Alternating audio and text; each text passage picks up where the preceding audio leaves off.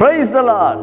இன்றைய நாளுக்கான ஜீவனுள்ள வார்த்தை யோபுவின் புஸ்தகம் 9ஆம் அதிகாரம் 10ஆம் வசனம்.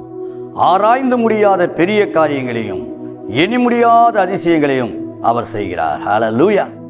இந்த நாளிலே தேவனாகிய கர்த்தர் உங்களுக்கு எனக்கு செய்ய போகிற காரியங்கள் ஆராய்ந்தே பார்க்க முடியாது, எண்ணியே பார்க்க முடியாது, இதுவரை நம்முடைய வாழ்க்கையிலே சம்பவித்திராத நன்மைகளையும் ஆசீர்வாதங்களையும் தேவன் கொடுக்க போகிறார்.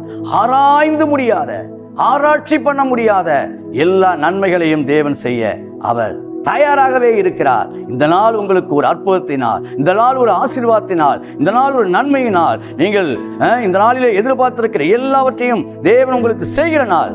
எண்ணி முடியாத அதிசயங்களை கர்த்தர் செய்ய போகிறார். அன்பின் பரலோக பிதாவே, பரலோகத்தின் தேவனே, இந்த வேலைக்காக நன்றி செலுத்துகிறோம் ஆண்டவரே.